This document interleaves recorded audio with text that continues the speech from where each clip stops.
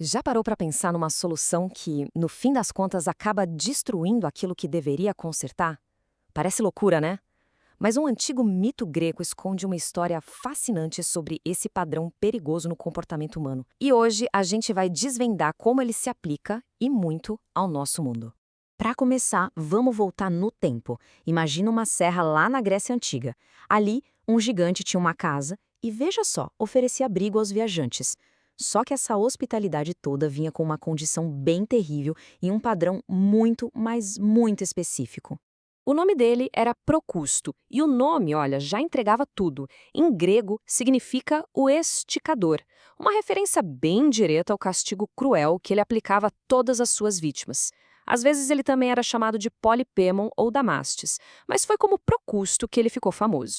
Agora vamos mergulhar de vez nessa história para entender o método que era terrivelmente simples e brutal de Procusto. Para ele, a lógica era uma só. O único tamanho deveria servir para todo mundo, sem exceção. Então a cena era a seguinte: Procusto convidava os viajantes para descansarem em sua cama de ferro, uma cama que ele dizia ser especial. E por quê?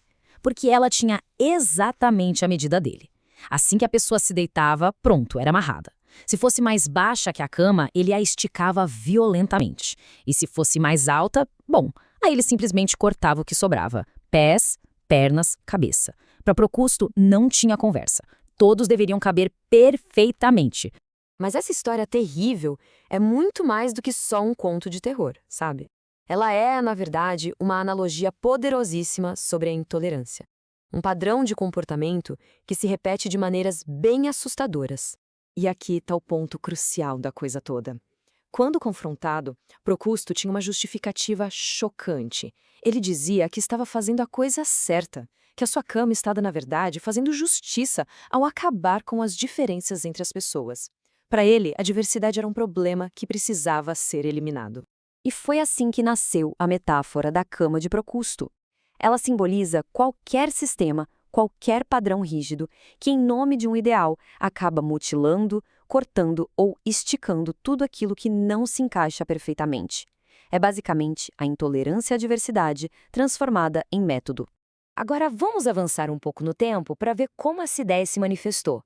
Porque o espírito de Procusto, infelizmente, não ficou lá na mitologia, não. Ele apareceu várias e várias vezes na história da humanidade. Pensa só, a Inquisição, com seu padrão religioso único e inflexível. O massacre dos povos originários aqui do continente americano, subjugados a normas europeias. A crueldade da escravidão que desumanizou pessoas para que elas coubessem num modelo econômico. E, claro, o absurdo do Holocausto. Em todos esses casos, um grupo se achou superior e resolveu enquadrar, subjugar e eliminar o outro, aquele que não cabia em suas medidas.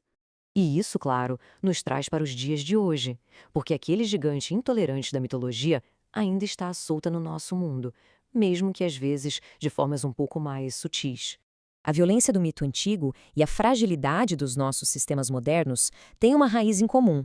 Essa insistência num padrão único, rígido, acaba criando estruturas que não se adaptam, que não respiram. E com o tempo, elas racham, elas quebram sob a pressão da realidade, que é, por natureza, diversa. Um bom exemplo é a escola. Muitas vezes ela tem a sua própria cama de Procusto. De um lado, a gente tem um verdadeiro mosaico de alunos, com talentos, habilidades e formas de aprender completamente diferentes. Do outro, um sistema com uma única forma de avaliar todo mundo.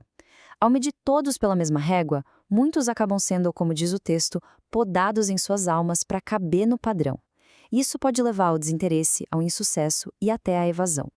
Ok, então como é que a gente quebra esse molde tão rígido? Será que existe um antídoto para essa forma de pensar tão intolerante? A resposta, ao que tudo indica, está em mudar a forma como a gente pensa sobre os problemas. Uma primeira ferramenta é o que se chama de pensamento por princípios fundamentais. O que é isso? Bom, em vez de aceitar o padrão como ele é, a ideia é desmontar o problema até a sua essência. É questionar as premissas, desafiar o pensamento convencional. É tentar buscar o sinal no meio do ruído, sabe? Entender o porquê fundamental das coisas. E o outro antídoto é o pensamento estratégico. Isso significa focar nos resultados e não nas tarefas. A cama de Procusto era uma tarefa perfeita, né?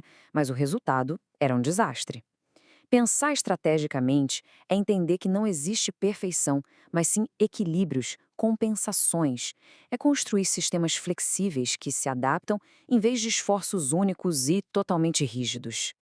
Ah, e o que aconteceu com o monstro da mitologia?